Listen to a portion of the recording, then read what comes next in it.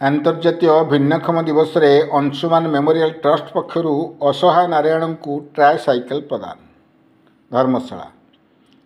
आज डिसेम्बर 3 तारिख दिनटी आंतर्जातीय भिन्नक्षम दिवस रूपे भारत यशस्वी प्रधानमंत्री नरेंद्र मोदी जी पालन करने को घोषणा करते। तेबे यही दिवस को सम्मान जणाइबाकू जाई आज धर्मशाला निर्वाचन मंडलीर जेनापुर ग्राम रही असहाय नारायण चंद्र धीर को अंशुमान मेमोरियल ट्रस्ट संपादक तथा धर्मशाला विधायक हिमांशु शेखर साहू परामर्श क्रमे सदस्य सामंत प्रियदर्शन धीर ट्रायसाइकल देवा सहयोगर हाथ बढ़ाई।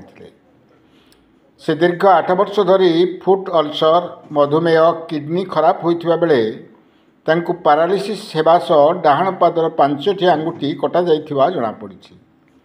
अन्य सदस्य मानक मध्यरे संतोष बारिक, देवरंजन बेहरा, विश्वभूषण साहू, नित्यानंद दलाई, कालंदी मल्लिक, अशोक मुखी, कपिलेन्द्र बेहरा प्रमुख उपस्थित रही। धर्मशाला सुशांत कुमार गोछायत रिपोर्ट क्रांतिधारा प्लस। मोना सामंत प्रियदर्शन धीर घर गड़मथुर।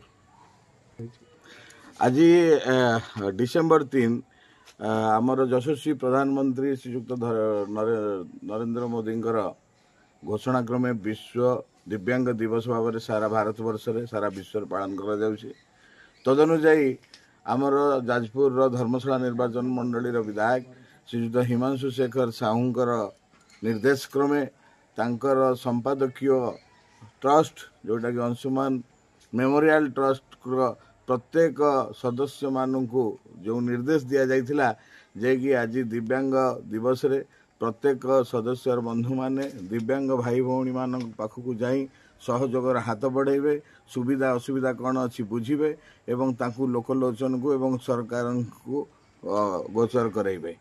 ये उपलक्षे आमे माने सबू धर्मशाला निर्वाचन मंडल युवबंधु माने जो माने कि अंतरर सहित आमर मान्यवर विधायक निर्देश को लिकु प्रेमी भाव में लिकु भाई भाव में एवं आमे जड़े जो स्वतंत्र आमर अच्छी अंशुमान ट्रस्ट मेमोरियल ट्रस्ट तार बंधु भाव में आमे समस्ते एकजुट होई आज आमर नारायण नानांकर पाखु घर को आसीलु जे कि गोटाए आपनकर व्हील चेयर प्रदान करने।